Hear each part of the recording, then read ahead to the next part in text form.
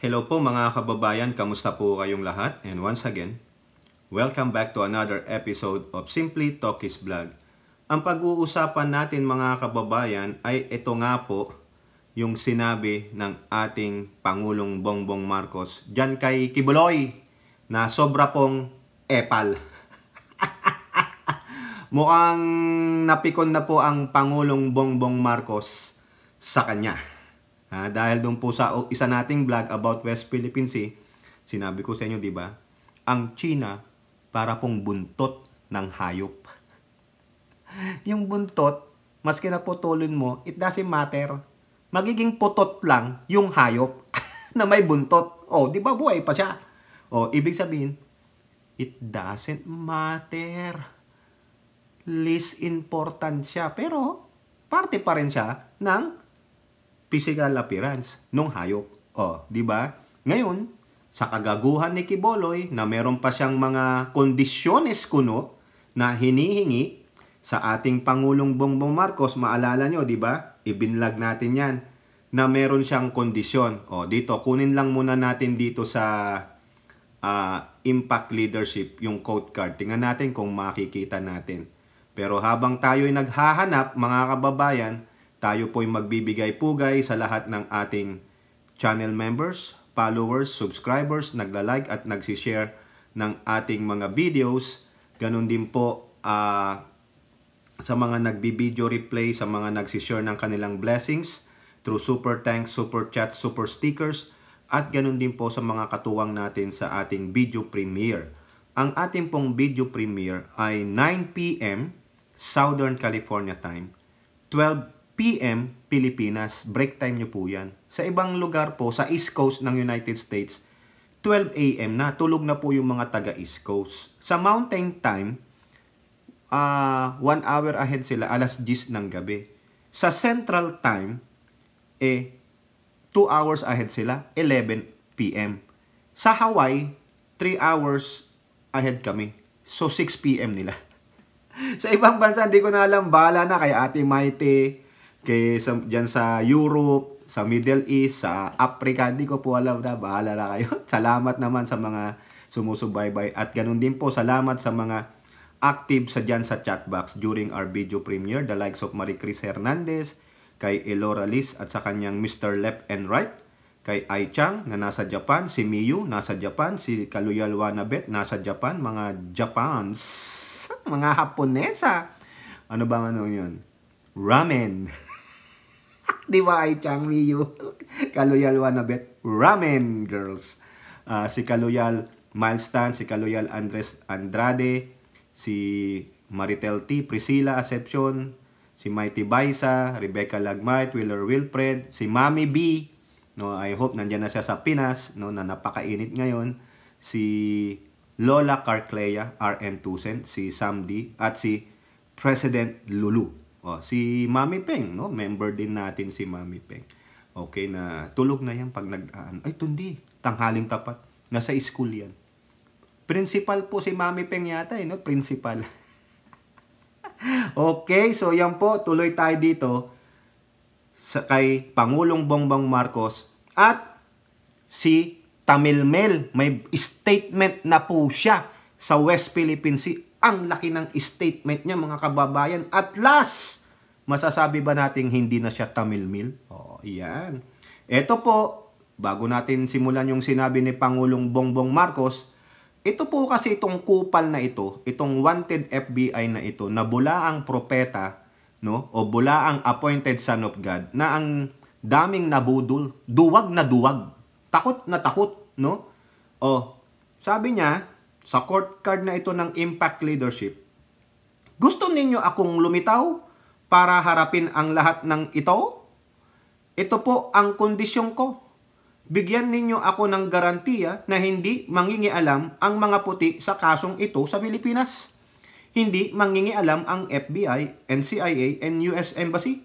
At walang mangyayaring extraordinary rendition, ako po ay lilitaw at haharapin ang lahat ng kasong iyan kahit saan ninyo dalhin dito sa Pilipinas. Baliw ang hinayupak, di ba? Takot na takot. Kukunin daw siya ng FBI at CIA at US Embassy. Ano naman? Ano sa tingin mo si Pangulong Marcos, tanga? Na hindi po protektahan ng isang Filipino citizen? Hindi naman siya tuta ng Amerika na tulad ng amo mong si Digong na tuta ng China? Baliw ka lang, Kiboloy, paranoid ka na, depressed ka na. No? Kung ako sa'yo, do the right thing. Ha? Do the right thing. Just F yourself. Tanginan to, dami mong kahilingan, no? Nagiging masama tuloy ang bunganga ako sa'yo kay Boloy eh. Hindi ka isang ehemplo ng isang alagad ng Diyos. Hindi ka isang ehemplo ng sinasabi mong appointed son of God ka. Kundi ano ka, isa kang ehemplo ng kasamaan ni Satanas. Yan, tahasan ko na pong sinasabi. Dami mong alam, may pakondisyon ka ba? Who are you? Ha? Who are you? Isa ka lang bulaang appointed son of God, gago.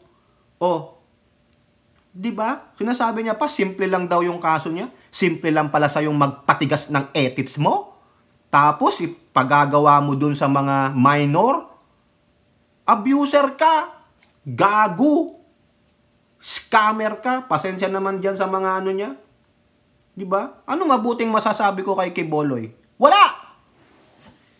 Di ba? Magharap man kami kay San Pedro. Pasampal ko pa siya kay San Pedro. Di ba? Bulaan eh. Unang-una, binabastos niya ang Holy Spirit. Binabastos niya ang kapangyarihan ng Diyos. Birihin mo, ang kinin niya na siya ang pinalit ng Diyos kay Jesucristo. Sabi sa Bible, wala nang iba. John 3:16. Di ba? Oh, yun na lang. Kung naintindihan mo yung Kiboloy, ipaliwanag mo yan sa mga tanga-tanga mong followers na naniniwala sa'yo. Maski na gumawa ka pa ng maraming kabutihan para kang si Robin Hood, still, you did the crime, you have to face the justice. Hindi eh. Ano ka? Di gawin mo na lang yung gusto mong gawin sa sarili mo.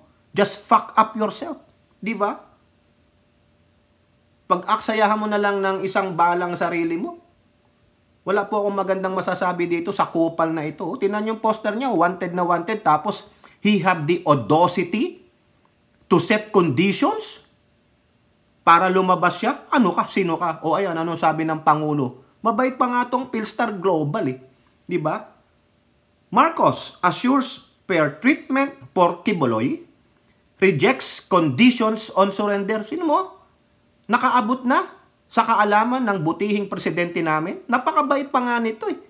Buti nga hindi niya sinasabi sa mga otoridad, lusubin nyo na. I am fed up with this, hypocrite. Kung ako yan, buti nga mapakabait ng Pangulo natin. Kung ako yan, sige, do the right thing. You have the warrant of arrest, do the right thing. Diba? Pag nanlaban, edi anong gawin nyo nang nararapat? Ganun lang yan. Kung ako lang, ang presidente, kaso hindi ako ang presidente. Diba, Lulu? Si Lulu for president. Diba? Ito pa ang matinding sinabi ng Pangulo sa'yo. Ito ang hindi kayang gawin ni tamilmil na tambaloslos na Sara Duterte.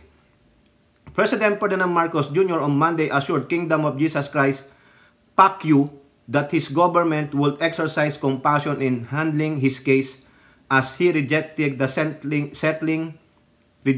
setting of conditions for the fugitive preacher's surrender. Antindi rin pala ng Philstar, no? Kala mo, ang bait sa title, Pagdating sa content, ang harsh. Diba? Oh, rejected, fugitive.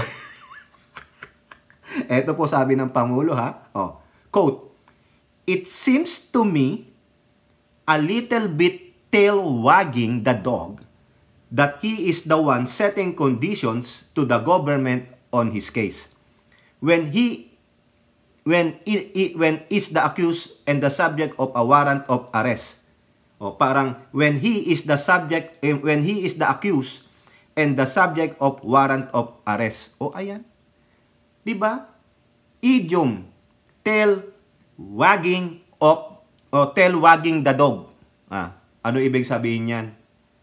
Tail wagging the dog. O sabi dito sa Merriam-Webster, ha? Ito, a situation in which an important, powerful person, organization, etc. is being controlled by someone or something that is much less important or powerful.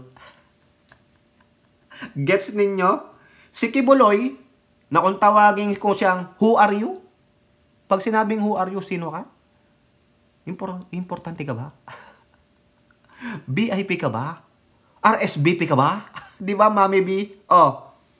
Di ba sabi ko sa inyo, buntot nga siya eh. Tail wagging the dog. Kung baga yung buntot pa ang nag-uutos doon sa ulo, ito ang gawin mo. Di ba? Hindi naman pwede. You are the least important part of your body. Isa pa ang magkokontrol sa'yo. Di ba? Oh. Sige nga. Ganun po. Yung idiom na sinabi ng ating Pangulo, hindi man harsh pero kayo, kung di nyo maintindihan, i-google ninyo, tulad ko. Oh, ibig sabihin, yung least important person na wala namang na-contribute sa economy, no? Wala namang nagawa kundi mang-scam, mang-rape, mang-budol, di ba? Oh, ano pa? Baka nga dami niyang mga baril-baril dyan. Sabi nga ng PMP, they are thinking of revoking his gun licenses. Oh, least important ka, Kiboloy. Tapos ikaw ang magdidikta sa leader ng bansa, sa powerful country. Who are you? Masyado kang palalo, Kiboloy. You are tail wagging the dog. Buntot ka lang. Diba? Hindi ka talaga kapansin-pansin. Kaya ka lang pinapansin ng Amerika kasi ngayon may kaso ka. Alam palang baliwalain nila yung kaso. Nilagay ka sa FBI wanted list. Ang sinasabi ni Panelo dun sa kanyang show, na pag nailagay ka daw sa FBI wanted list, wala na. Dedo ka na. Gago! Ganun ba ang ginagawa ng FBI? Lahat ng taong nilalagay nila sa wanted list nila, dinidedo nila? Patunayan mo, Panelo. Ano ang percentage ng sinasabi mo? Baka ikaw gusto mo magpalagay sa FBI wanted list, Panelo? Tanong lang. Di ba? O, yung pong sabi ng Pangulo, tail wagging. Mahiya ka, Kiboloy. Parang sinabi sa'yo ng Pangulo, sino ka? Parang magdikta sa akin. Di ba? O, ano pa sinasabi niya? Ha? Na pati sa ano daw, wag daw makialang FBI, CIA, at US embassy. Ano namang sa'yo? Pakikialaman ka lang ng US government pag natuloy na yung kaso mo dito sa November 5, patatawag ka. Malamang, di ka naman pupunta kasi sinasabi mo, extraordinary rendition. Takot na takot ka lang. Diba? Wala ka eh. Tingnan mo nga yung 5 mong kasamahan, nag-bail na, ikaw, wala. So, dapat nga mag-set ka ng example sa mga yun eh. Manguna ka na magpatihuli ka. Hindi. Inunahan ka pa nila na sila pa ang nag-set ng example sa'yo na ito po, pastor, ito ang tamang gawin. Sumunod sa batas kasi yan ang tinuturo mo sa amin base na rin sa Biblia sa kautusan ng Diyos. Sumunod kayo sa gobyerno. Ikaw, Kiboloy, di ba? Iba yung sinasabi mo, iba yung ginagawa mo. So therefore, sinungaling ka. Hypocrite ka. You cannot do what you are preaching. Di ba? O ano pang sabi ng Pangulo? Marcos said the potential involvement of the U.S. authorities in Kiboloy's case is not something he needs to worry about. Quite frankly, di ba? Gago eh. Baliw nga, baliw. Paranoid, sinasabi ko sa inyo. Depressed yan. Tama po yung sabi ni Mike Abe. Depressed yung gunggong na yan, si Kiboloy. Kasi kung depressed ka, wala na tama pag-uutak mo eh. Napraparning ka na. Delusional ka na. Nag-halucinate ka na. Hoy, nandito na yung ama ko si Satanas. Kukunin na ako. Wag naman. Ganon. Di ba? To Pastor Kiboloy, we've known him for a very long time. I promise that all the proceedings will be fair. Ayan nangangako ang Pangulo sa'yo. Pinky swear. Di ba, Ay Chang? Miyu, Miyu, pinky swear. Ay Chang, yung ramen ng kuya mo. Wag mo daw kainin. Sabi ni AJ. Pinky swear. Kaloyal we anabet. Pinky swear tayo ha. Ganun eh. Di ba? O, Kibuloy, nag-promise na sa'yo, I promise that all the proceedings will be fair. Oh, di ba? Sabi mo kay Boloy, dalhin nyo sa proper court. Oh, dinala sa korte. Nilabasan ka ng kaso. Davao, Pasig City. Oh, bakit di ka ngayong makalabas? Proper na yan. Korte na yan. Hindi na yan kay Risa Hontiveros. Hindi na yan sa Kongreso. Korte. Eh, ano nangyari? Ano reason? Ano rason niya? Kasi daw i-extraordinary rendition siya ng bansang Amerika. Gonggong! Wala eh. Wala. Si Bato, give up sa'yo si Bato eh. Nilaglag ka ni Bato eh. Harapin mo. Face it like a man. Face the music. Kasi may kaso ka. Diba? Oh, yabang-yabang mo. Chinat-chastise mo si Hontiveros. Chinat-chastise mo ang House of Representatives. Mga moro-moro lang yan. Dalhin nyo sa proper court. Doon ko kayo sasagutin. O ano nangyari? Ibang sagot pala ang nilabas mo. Ha? Hindi na pala kulay puti ang lumalabas sa'yo. O ano? Wala na, tuyot. Tuyot ang utak, mga kababayan. Yabang-yabang magsabi, dalhin sa tamang korte. O yan, kinorte ka na nga. Pero ibang dinahilan ngayon. Idadahilan niya, kukunin daw siya ng Amerika at ititegi siya. Pero titindig ako, mamamatay ako sa sarili kong bayan. Dito dadana, dito bubuhos ang aking dugo. Putang ina. Ginaya pa niya ang sarili niya kay, kay Jose Rizal, kay Bonifacio. Gago. Walang laban ang nangyayari. Yun lang ang utak mo. Yung kasi ang tinanim mo sa utak mo. Nagpapakamartir ka, hindi ka martir. Alleged murderer ka ng mga similya. Di ba? Nakailang tasa ka ba, ha? Kibuloy. Ha? Diyan sa Palmolive at pajama mo, nakakailang kutsarita ka. Tayra, ang daming naubos doon, mga kababayan.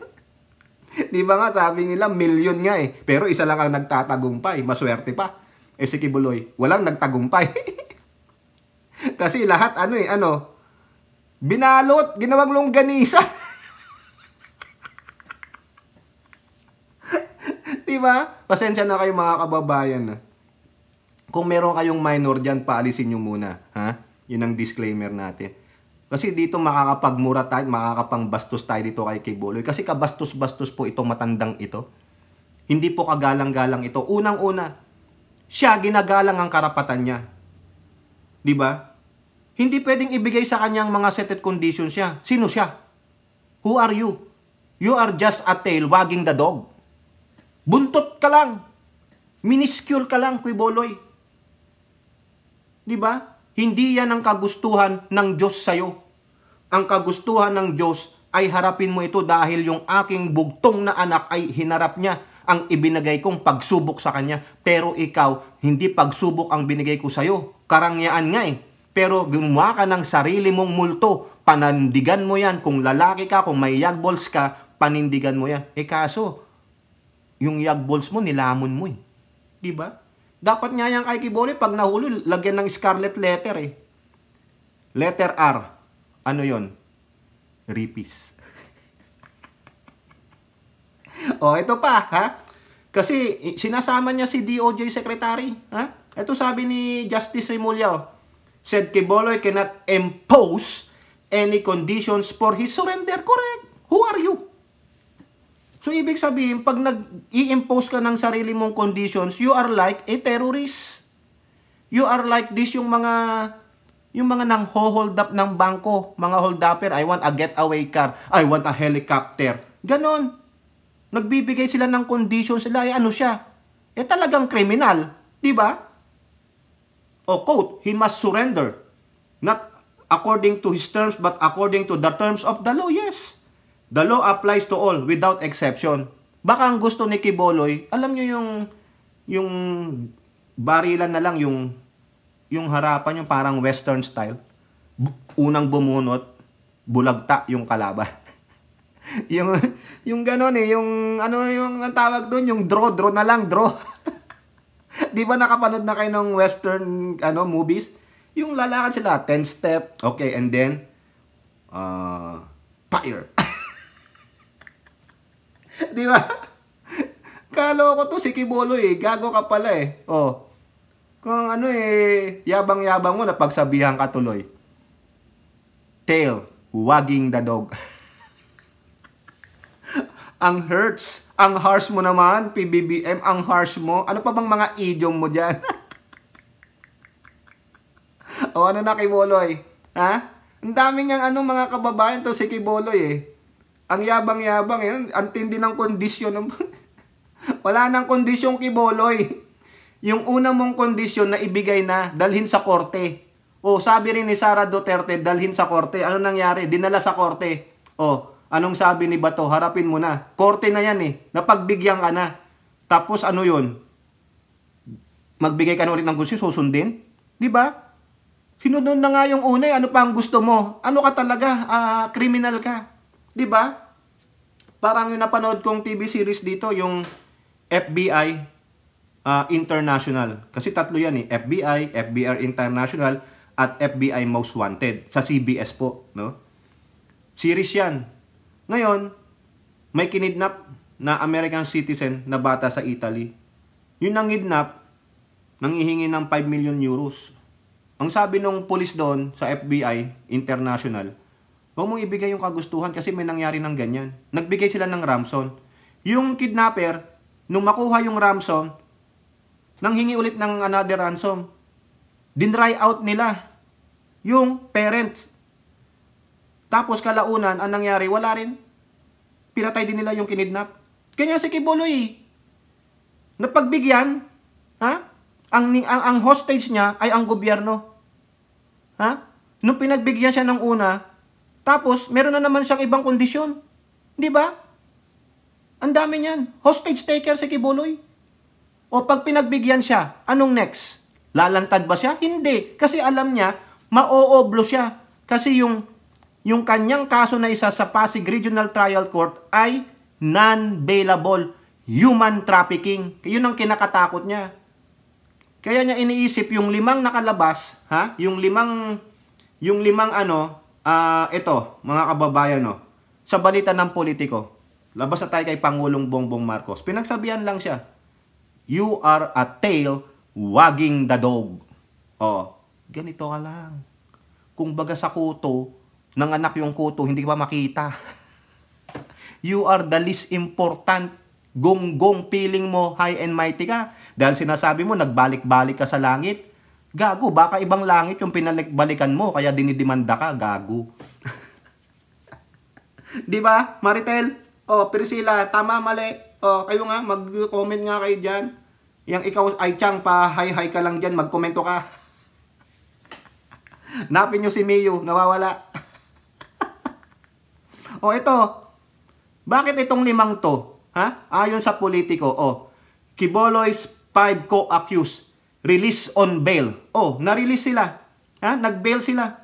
Yung sila Canada, yung mga magkakapatid na Canada, si Sylvia Simanes, si Jacqueline Roy. Ayan, 5, puro babae sila. Bakit sila nakapag-bail? Actually, yung 2 dyan, kasama niya dito na naka-wanted. Bakit yan? Malaya. Hindi natatakot nagsasalita sa CIA, sa FBI. Wala. Ikaw lang. Diba? Kasi itong mga to, sige, kami na lang maging example kay Kibuloy. Kung pwede nga nilang akuin yung kasalanan mo eh. Aakuin nila. Pero hindi pwede yun. Sa batas ng tao, ha? Kailangan kasalanan mo. Hindi kailangan ipasa yung akuin ng iba yung kasalanan mo. Ibig sabihin, duwag ka.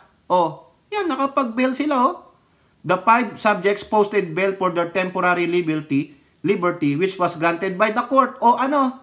Ikaw Kibuloy, simple lang mang gagawin mo eh. Kaso takot po siya. Kasi once na nakapag-bail siya dyan, yan ang mangyari dun sa kabila. No bail. Sige, bayad ka ng 120,000 at 80,000, 200,000 yan. Next. Saan ako? Doon ka na sa oblo. Bakit nag-bail ako eh? Hindi, yung isa mong kaso non-bailable, human trafficking. Yan ang kinakatakot ni Kibuloy. Kasi kung walang non-bailable offense tulad ng human trafficking, ay lalabas yan. Magbibail yan. Tatawa-tawa pa yan, yes. Nag-bail lang naman ako, simpleng kaso lang yan, ganun-ganun lang yan. Oh, pero hindi siya makalabas eh, kasi alam niya. Once na nag-bail siya, nakaatang yung next warrant of arrest. Ito, walang bail. Ito, ayon, kaya ganyan, kaya may condition pa si Kupal. Dinadahilan niya lang yung pakikialam ng US. Bakit makikialam ang US sa'yo? Hindi pa nga nanghihingi ng extradition eh. Di sana kung nakialam na ang US sa'yo, ha? Nung panahon pa ni Duterte, sabi ko sa'yo, i-CIA ka lang. You will never know. Di ba? Akala mo yung mga drones dyan, wala yan, hindi totoo yan mga kababayan, baka sila lang nagpapalipad ng drones niyan. Di sana kung totoo yung sinasabi niyang pinapaliparan sila ng drones day and night, naka-video na, nilabas na. Alam mo naman yung mga vloggers na mga kupal ng mga yan. Oh, pakita nyo, nasaan? Wala. Imahinasyon. Gawing naratiba para gawin siyang biktima. Hoy, Kibuloy, hindi ikaw ang biktima dito ha, huwag kang gago. Hindi kailan may tuturing kang biktima until, lumabas ka sa lungga mo. Ayan po ang sabi ni Hontiveros sa Politico. Lumabas ka na sa lungga mo. Ayan. Paano lalabas sa lungga yan? Mas masarap yata dun sa lungga. Di ba, Maritel?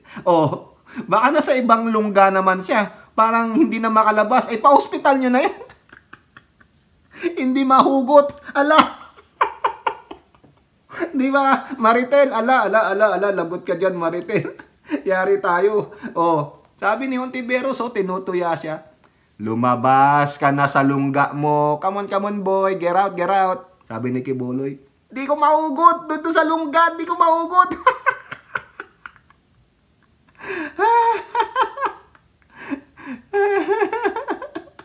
Di ba?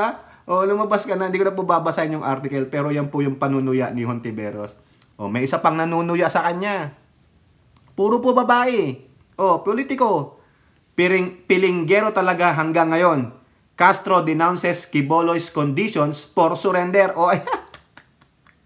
Pilinggero ka pala. Di ba? Pilinggero ka pala, sabi ni Castro. Ito sabi niya.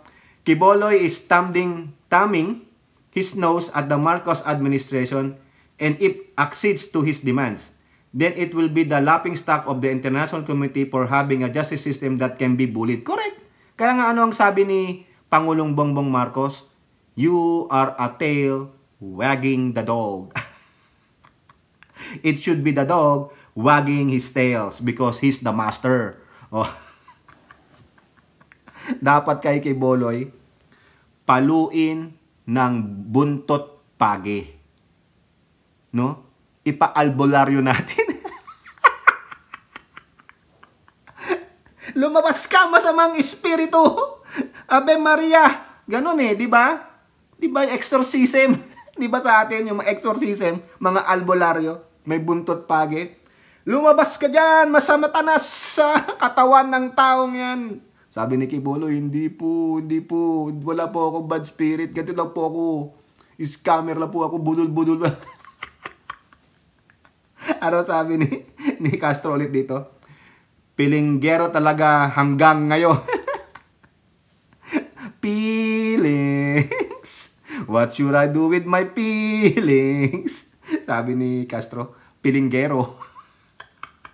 Yan ang favorite kanta ni Kibuloy.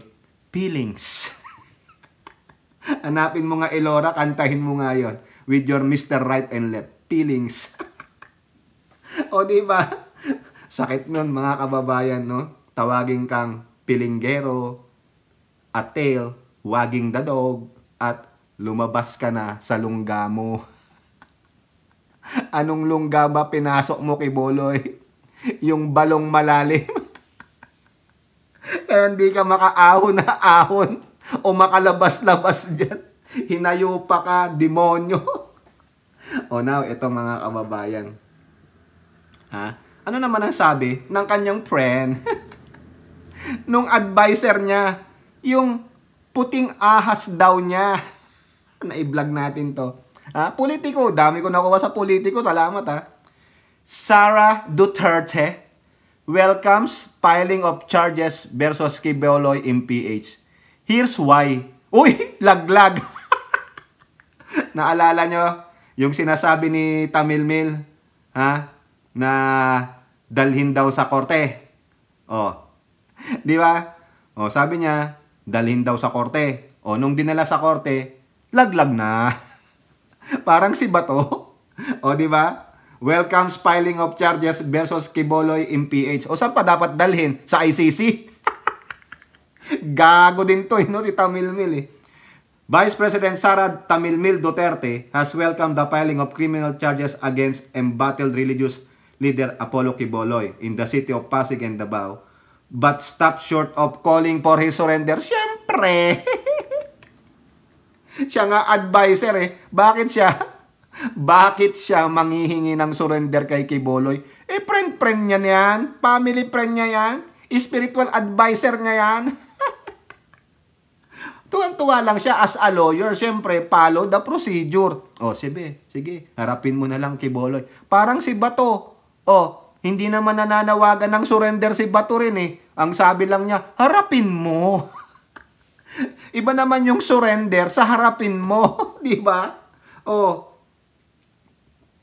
Duterte told reporters Monday that the courts are the proper venue for Quiboloy to face the allegations against him. Correct. Maganda yung development na meron ng kaso na sa tamang forum, na sa tamang venue dahil nasa korte. Ngayon, kung ano man ang desisyon ni Pastor Quiboloy na gagawin niya, personal niya yun sa desisyon niya yun. Eh bakit hindi mo siya i-advise? Di ba? Oh, tandaan ninyo, may komento siya dyan. May komento siya dyan. Di ba? Ano ang kinalaman mo, ha? Ikaw, as VP and DepEd Secretary, ano ang kinalaman mo sa kaso ni Quiboloy? Ikaw ba ay naglo-lawyering sa kanya? Even though you are a family friend? Ano? Ha? As a VP at DepEd, kikinabang ba sa'yo si Quiboloy diyan sa statement mo? Di ba? Wala eh. Alam na namin yan, sasabihin mo yan eh. Pero you fall short of calling for his surrender. You cannot even advise him, no, na lumabas ka at sumuko ka. Harapin mo ang kaso mo. Si Bato, harapin mo ang kaso mo pero walang sumuko. Dito nakakapag-statement si Tamil Mil kay Quiboloy. Pero pagdating sa isang bagay, mamaya madadaanan natin, Tamil Mil ang gaga. Tandaan nyo, ha? May statement kay Quiboloy. Simula pa lang. Ha? Now, punta tayo dyan sa issue ng West Philippine Sea. No? Ang dami na nating vlog tungkol dyan. Okay? Una, ito. Tingnan nyo. Unahin natin ang Pilipino, unahin natin ang Pilipinas. Okay. Inuuna niya si Pacquiao dahil Pilipino. Pero yung mga mangingisda, mga sundalo doon sa West Philippine Sea, hindi ba Pilipino yun? Yung West Philippine Sea, hindi ba parte ng Pilipinas? Di ba? Next, sa usapin ng West Philippine Sea, water cannon attack, Tamilmil. PP. Next, nire-review lang natin. Ito naging parte na ng vlog natin. Ayan. Salamat dito sa Impact Leadership. May issue na pahayag si Sara Duterte sa Russia-Ukraine war, Palestinian genocide, ICC probe, contempt order versus Laro Badoy and Eric, arrest order versus Quiboloy, SMNI franchise, holidays, board exam results, yung pabebe na sipit. Ha?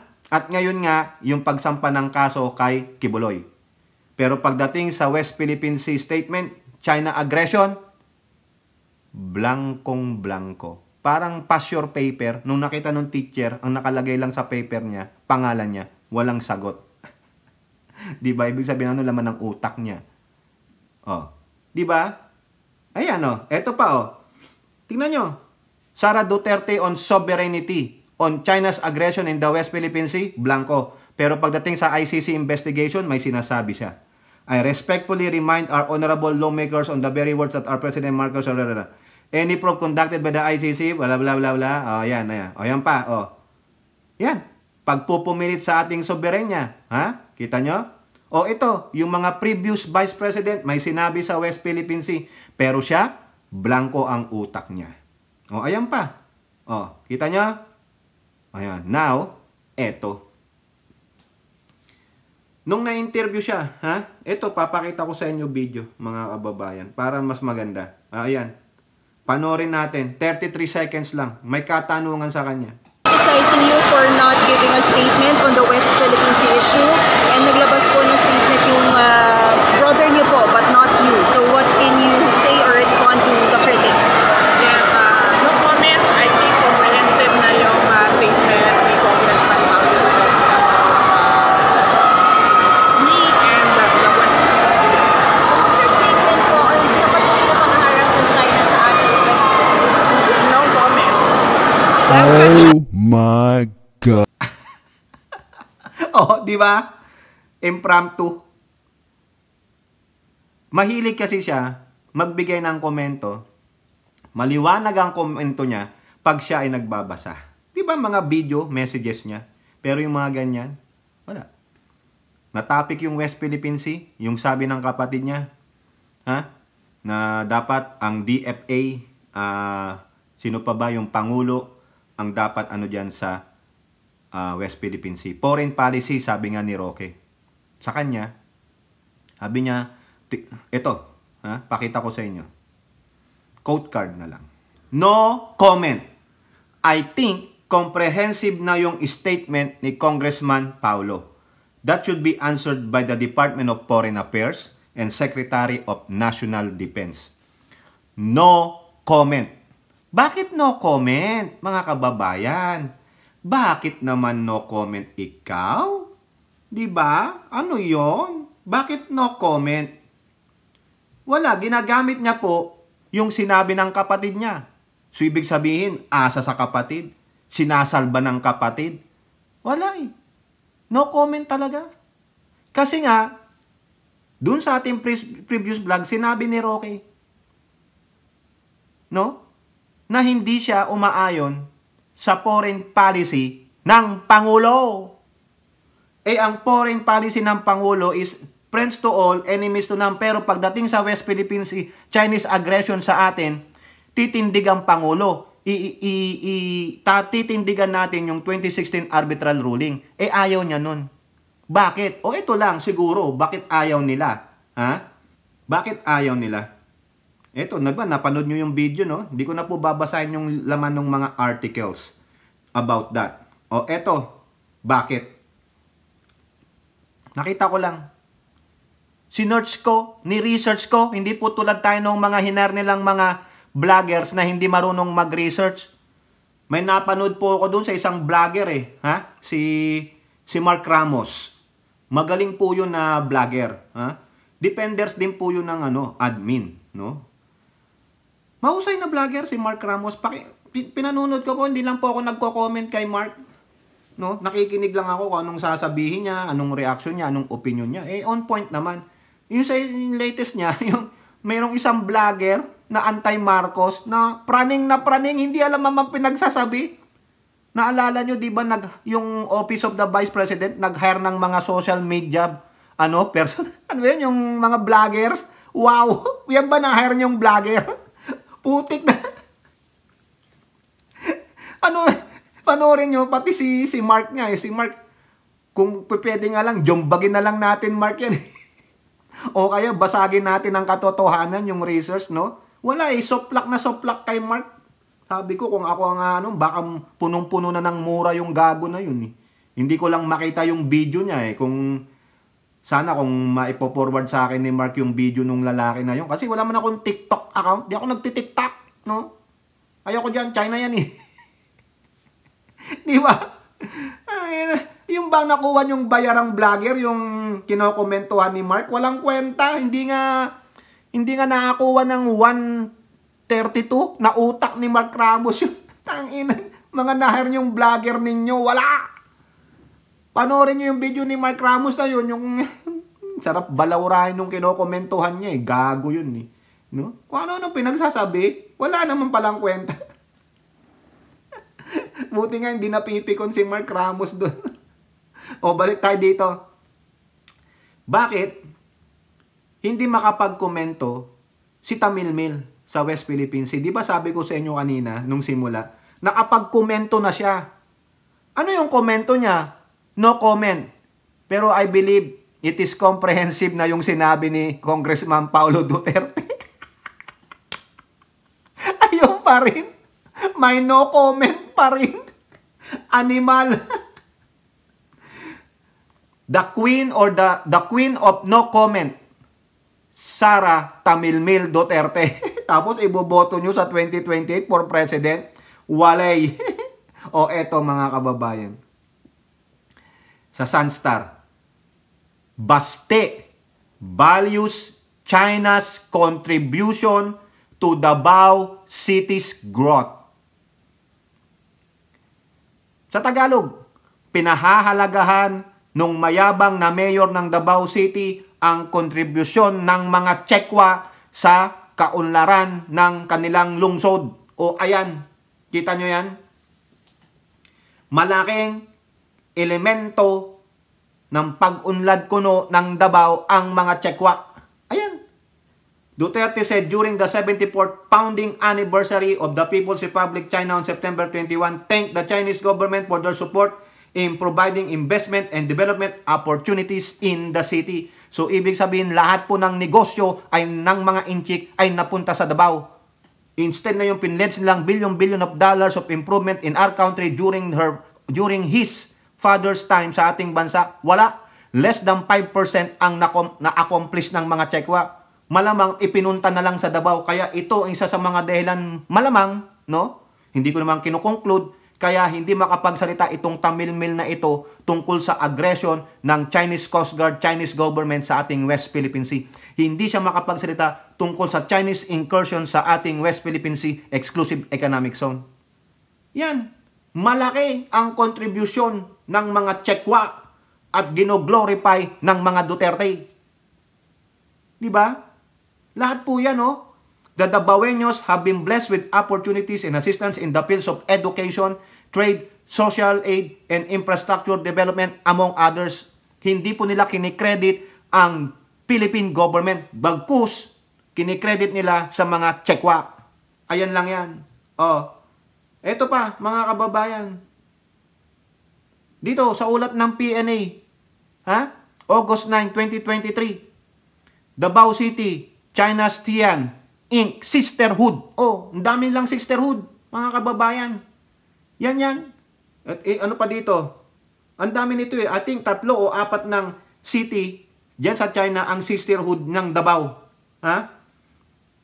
Lahat yan. Connection nila lahat sa China. Eto pa oh. Nakita ko yan. Sinearch ko po lahat. Philippines, Davao City eyes more Chinese investment in agriculture and manufacturing. Reported 6/28/2022. Oh, hindi pa nakakaupong presidente ang Pangulo. Kita nyo yan? Lahat yan mawawala, mga kababayan. Itong mga investment, negosyo ng mga Chekwa, yung tulong nila, sisterhood nila, mawawala yan sa Davao City. Pag nagsalita against ang mga Duterte dyan sa China against sa West Philippine Sea. Pag kinatigan nila yung polisiya, no, yung paninindigan ng Pangulong Marcos sa 2016 arbitral ruling, tiyak yan. Isa-isang maglulundagan yan. Kasi malalaman nila, oh, bakit nyo ka binabati ko? So, ganito. Magtatampo yan, magpupulusan ng mga yan. Diba? Hindi nila iniisip na malaki rin ang tinutulong ng national government ng Pilipinas. Diba yung ginawang proyekto ng, pinatapos ni Pangulong Bongbong Marcos, yung hindi umatin yung kupal na mayor ng Davao City? After niyang sabihang mag-resign ng Pangulo, pinuntahan siya ng Pangulo doon, nag-inaugurate ng yung malaking katubigan. O, yung kanilang coastal road. Meron pa nga hanggang ngayon, sabi ng Pangulo, gusto ko matapos ka agad yan. O, alam mo kung bakit gusto matapos ka agad ng Pangulo? Kasi gustong ipamuka sa mukha nung mayabang na meron ng Davao City, na instead na baliwalain ko ang city mo dahil sa kagaguhan mo sa akin, hindi, ipamumuka ako sa'yo. Yan, sampal yan. Pero wala pong pakiramdam yung mga Duterte. Wala po. Non-empathic yung mga yan. Walang pakiramdam. Yan ang mawawala sa kanila. Pag si Sara Duterte, na isang vice presidente ng Pilipinas, ay nagsalita laban sa Chinese aggression. Yan. Wala. Kaya nga tamilmil eh. Di ba? Binusalan siya ng tatay niya noon. Binusalan siya na huwag siyang magsalita against sa West Philippine Sea. Pinagsabihan yung tatay niya ng former Chinese ambassador na itigil ni Sara. Ayan. Kasi bakit? Na-threat sila eh. Tinret sila. Hostage sila ng China because of their business dealings with China. Yan lang yan, mga kababayan. Sabi nga ng Rappler, Sara Duterte on continued China bullying. No comment. Hanggang ngayon, no comment siya. Tapos aantayin nyo pang maging presidente? Saka lang siya magbibigay ng komento? Pag sinabi niyang hayaan nyo na lang. Disising tambuli tayo kung bakit ibinotong presidente. Ipinaglaban nga natin yung ating karapatan, tapos sasabihin niya, hayaan nyo lang. Tayo na lang ang umiwas. No way. Mai-impeach yan. Pag sinabi niya yan. Maraming magwawala. Nasabi ko sa inyo. Pag sinabi niya yan, yung saka siya magbibigay ng kanyang foreign policy about China's aggression, hahayaan na lang? No way. I'll tell you. Malamang yan, impeach yan. Sabi ko sa inyo, hindi papayag yung mga tulad nila Hontiveros, Makabayang Black. No way. At marami pong dumidepensa sa ating West Philippine Sea. Sino kakampi niya? Si Sara Duterte. Yung mga vloggers nila. Ng mga tanga. Ng mga bulag na hindi makapilipino. Ano ang sabi ni yung isang professor, mga professor sa UP ng political science niya sa West Philippine Sea? Mga traitor. Yung mga yun. No? Paano hindi magta-traitor? Baka nakakatikim. Di ba? Nakakatikim sila eh. Ano ba nakukuha nila? Alam nyo na. Di po ba? Nakakatikim sila. Kayo po mga kababayan, masasabi nyo dyan, no? Biruin nyo, no? Harap-harapan hanggang ngayon. Ilang beses ng yung Chinese aggression na yan. Water cannoning, harassment, pangbubunggo. Di ba? Pero wala. Tamilmil talaga siya. She is just, para siyang hindi nag-e-exist pagdating sa West Philippine Sea. Wala akong masabi. Kasi malaki ang mawawala sa Davao City. Inaalagaan niya ang Davao City. Hindi ang buong Pilipinas. Hindi niya kayang protektahan ang Pilipinas. Hindi niya kayang gawin yung sinasabi niya. Mahalin natin ang Pilipinas. Unahin natin ang Pilipinas. Unahin natin ang Pilipino. Anong inuunan mo? Yung kapakanan ng China? Di ba? Hindi. Kayo, anong masasabi ninyo? Harap-harapan yan. Tinanong siya how many times? Twice. No comment. Kumbaga, dinipensahan na ako ng kapatid ko. Yun na lang masasabi ko. Kung ako talaga sa kanya, you better resign. Hindi ka effective dyan. Tapos nangangarap pa yung isa nilang kasama, si Panelo, na gawin daw siyang Duterte Padilla, Sara Robin. In your dreams, kung sino ka man. No? Si Panelo yata yun. In your dreams, patuloy ka na lang mangarap, Panelo. No? Patuloy ka na lang mangarap ng mangarap. Hindi mangyayari yan. Dahil unang-una, yung mga pinagsasabi mo, sell out sa China. No comment. Diba? Kayo po, ano pong inyong masasabi? Comment down below and don't forget to like and share. Hope to see you on our next videos. Bye-bye. God bless.